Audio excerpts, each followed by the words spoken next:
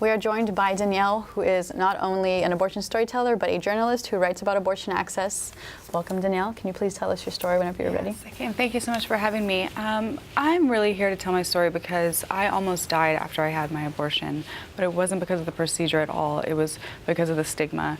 I was a year out of college when I found out I was pregnant, and my ability to get my abortion services was rooted in so much privilege. I lived in Bellingham, Washington, which is right outside of Seattle, which is a very, very progressive state.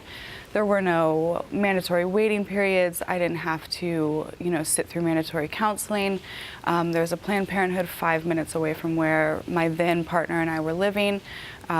Made my appointments, went into Planned Parenthood, had an incredible experience with kind, caring nurses and abortion providers.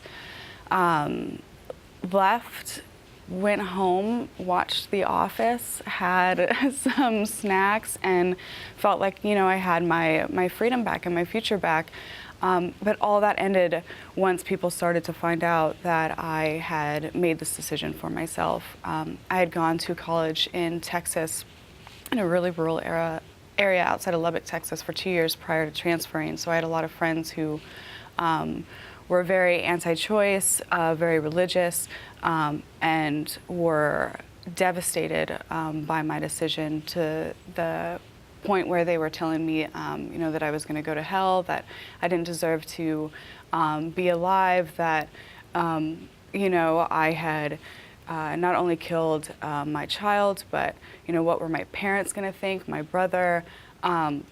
And I really internalized all of these messages, especially since they were coming from people that I loved and I had spent time with and really valued their opinion. And so I started self-medicating with, pain pills and drinking. And one night I got into my car after spending hours at a bar and got in a car accident. I rolled my car 3 times and I ended up in the hospital with broken ribs and a concussion. It was in that moment where I realized my back alley was the stigma and shame, and that was going to kill me. And I had internalized these messages to the point where I thought that in order to prove that I was worth of my future and worthy of the freedom to make a choice, I was essentially killing myself.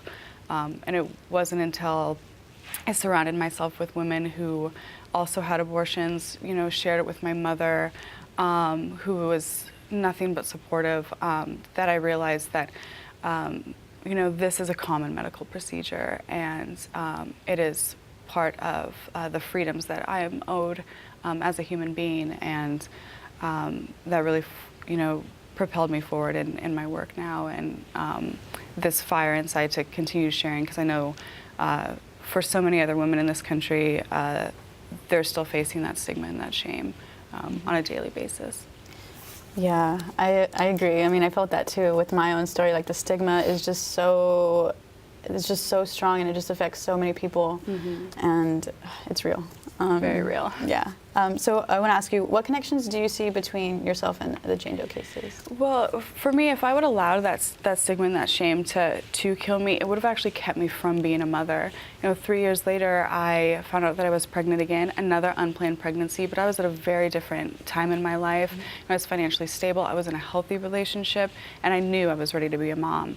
But that pregnancy was also very difficult. I was initially pregnant with twins. I lost one of those twins. When it came time to give birth, I had to birth a child that was alive, and the diminished twin that wasn't.